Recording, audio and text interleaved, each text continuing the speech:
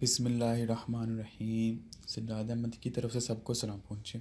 Visual basic का chapter number 10 और lecture number 55 है। After watching this video you will be able answer to this question. Visual basic provides option for named argument yes or no. User can provide arguments in any order for named argument yes or no. Colon sign, ये वाला sign जो है must be written in name argument yes or no. चलें start करते हैं। Named argument, पहले हमने देखा था कि पहले आर्गूमेंट पास करते हैं, उसके बाद हमने देखा था कि हमने ऑप्शनल आर्गूमेंट पास करने हैं।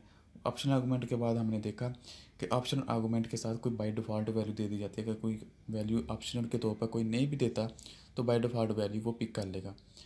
अब एक नया कंसेप्ट है नेम्ड आर्गूमेंट, यानी कि जो हम आर्गूमेंट पास करते हैं उसका कोई ना कोई नेम रख दिया जाए। Visual basic provides the option of named argument. Name arguments की विजुअल बेसिक फैसिलिटी देता है as shortcut for typing argument value. With the name argument the user can provide the arguments in any order assigning a value to the named argument. यानी कि पहले जो concept था उसके अंदर जितने भी वो आर्गूमेंट होते थे उनके अंदर कॉमास के जरिए सेपरेट जितने भी हुए थे उनके अंदर उस हिसाब से वैल्यू जो है असाइन हो जाती थी। फ़र्ज़ करें यहाँ अगर 4 हैं तो 4 पहली वैल्यू पहली को जाएगी, दूसरी को, तीसरी को, चौथी को। तो ये तो तब ठीक है अगर कोई जानता है कि मैंने अब कौन सी वैल्यू देनी है, फ़ोन नंबर देना है या नेम देना है या क्लास देनी है या मार्क्स देने हैं, तो फिर तो ठीक है। लेकिन अगर किसी को नहीं पता कि पहले कौन सी वैल्यू देनी है, दूसरी कौन सी देनी है, तीसरी कौन सी देनी है, तो इस तरह फिर थोड़ा बहुत कन्फ्लिक्ट आएगा कि वो नेम की जगह मोबाइल नंबर डाल रहा होगा, मोबाइल नंबर की जगह ईमेल डाल रहा होगा।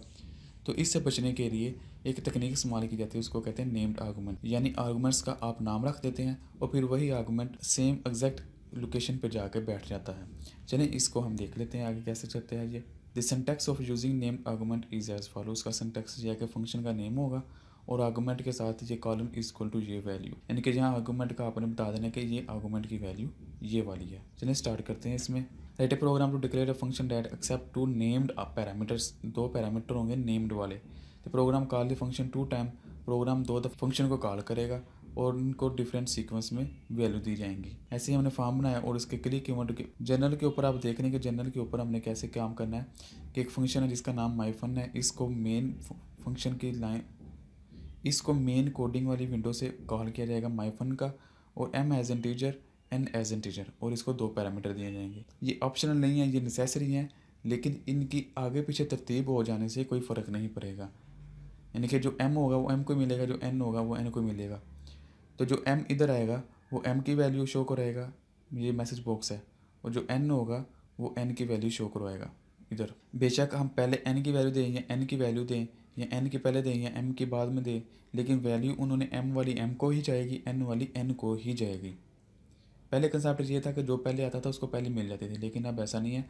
हमने एक नाम रख दिया, एक आइडेंटिफाई दे दिया कि तुमने इसी के पास ही जाना है। तो ये मेन विंडो है। क्लिक कीवर्ड के ऊपर हमने इसमें क्या किया, माई फन को कॉल किया, पहले 10 और 20 वैल्यू दे के और फिर 1 और 2 दे के।